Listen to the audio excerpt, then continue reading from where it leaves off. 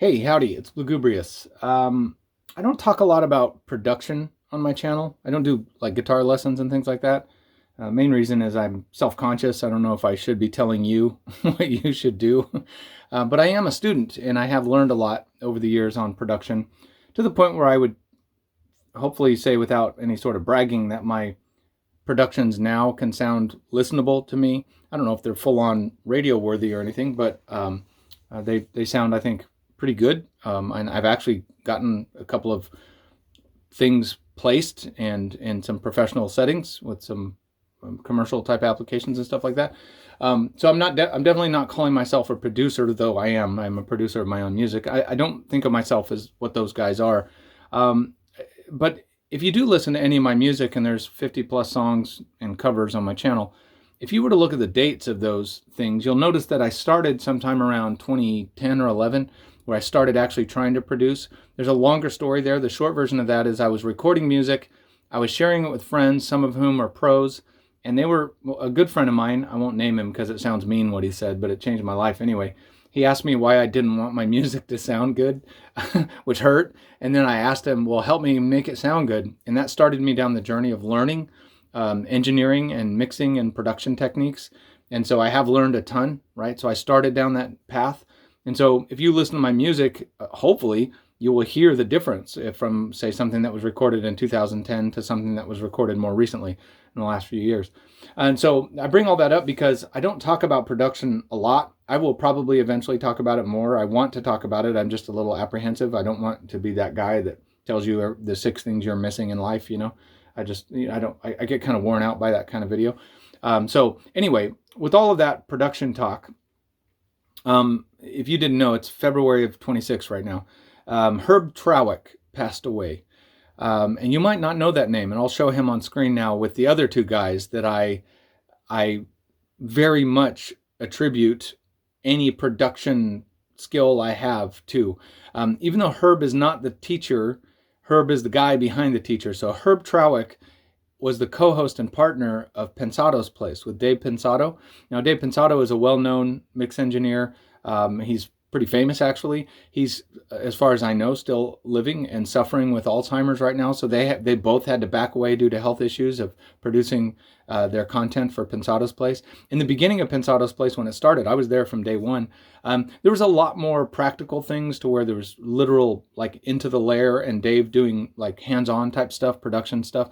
So in the beginning there, it really meant a lot to me. I mean, it did. Now, over time, they started talking to the higher level pop music people and, you know, the famous fancy people. And I sort of disconnected at that point, not because I didn't love it, but because it didn't relate to what I was trying to do learning.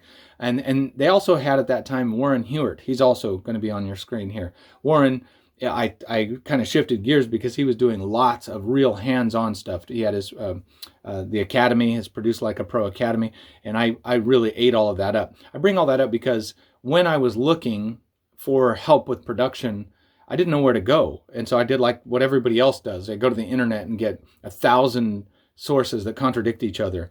And I don't know why, but Dave, his style was attractive to me. I really dug he's clearly a genius, but he kind of brings it with that Southern charm where you're like, okay, this is a simple guy, but a brilliant guy. And there's something about that really appealed to me. So I listened and I was intent, and I started paying close attention to what he was teaching. And that helped me a lot. It helped me tremendously. And then I found Warren Huart. I've been following him from the beginning too. He only had a couple thousand subscribers when I found him. And just really soaking in their instruction. I didn't go a lot of places outside of those two things, Pensado's Place and Produce Like a Pro. And so this is essentially a tribute because Herb passed away and Dave's health is not good. Warren is still out there killing it. I just want to, I don't know, thank them maybe. Maybe that's what this video is for me to just, it's been on my heart since I saw that Herb passed away the other day, day before yesterday or yesterday. And it hit me like those guys mean a lot to me. Then when people do those things, like it was free. Produce Like a Pro is free and Pensado's Place are free. And they are out there. And then I asked my friend, tell me what I should know. He didn't send me directly to them, but the things he said, I found when I found those guys online. It just changed the world for me. I'm not ashamed of my recordings now. I don't sit there and wonder, why does my recording sound bad when the pros sound good? I know the difference now. I have a level of knowledge now because of that. So I actually do think if I worked hard, I could make professional quality music right now. I'm still an enthusiast, but a little, maybe upper level understanding enthusiast, right? I used to play chess competitively, well, whatever that means.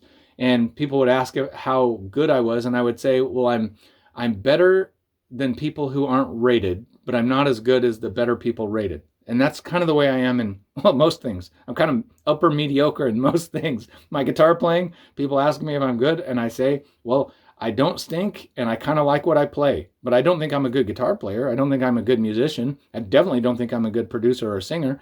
But I do all of those things trying to be good at them. I want to be good at them. I don't just say I'm good and it doesn't matter and all it matters is I have fun. I want to be proficient. I don't want to do anything and not be good at it. The old saying applies. Anything worth doing is worth doing well. And so and also I actually believe philosophically in my heart, as in my spiritual world as a Christian, that how you do anything is how you do everything.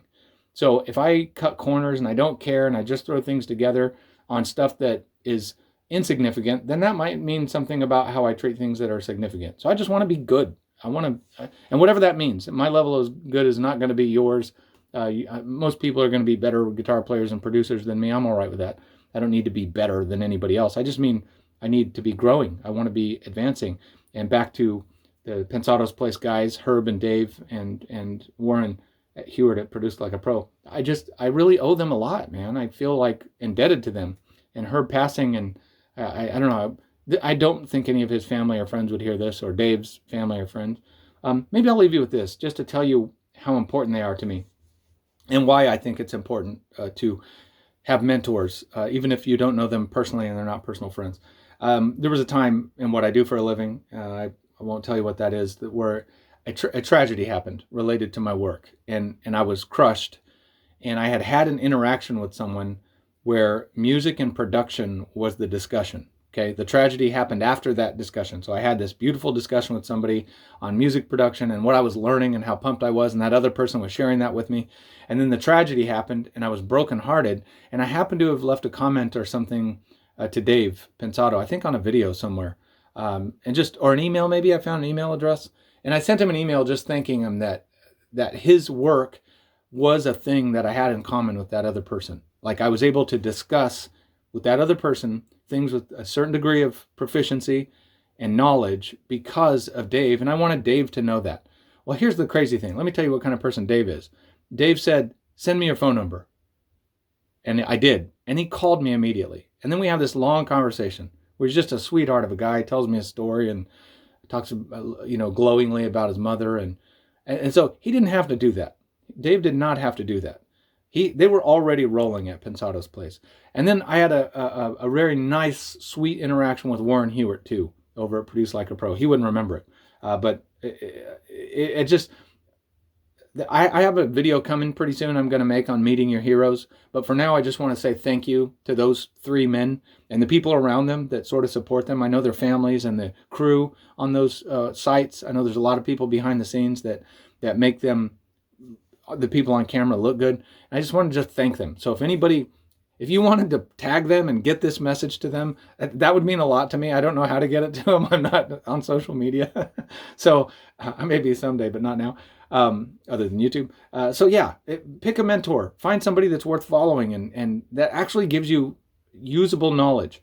Don't look for 1,000 sources when 2 or 3 really good ones can really solidify you. I really believe now that I can make music I'm okay with because of those guys. So anyway, I think that matters. It matters to me. I would love someday to be that for someone else. So rest in peace, Herb and Dave. Thank you. Hang in there. If your family's watching this, thank you for your support of Dave and letting him serve us. And then Warren, man, hats off. I can get any acoustic guitar sound I want right now because of Warren, whether I put the diaphragm 6 inches away from the 12th fret, or I learned the secret that he learned by putting the small condenser mic at the body of the guitar. Man, those things have become absolutely invaluable to me. Just knowing that. No guessing. I know what to do. So thank you guys out there who produce for other people, who teach other people what you know, you're not stingy with your knowledge, you share that knowledge. Some of us are really, really benefiting from it, even if only as enthusiasts who are benefiting from it. Maybe you can think of some things that you might be good at that you can share with other people, because I'm telling you, as somebody who has gained a lot from those kind of people, man, I'm grateful for it. Take care.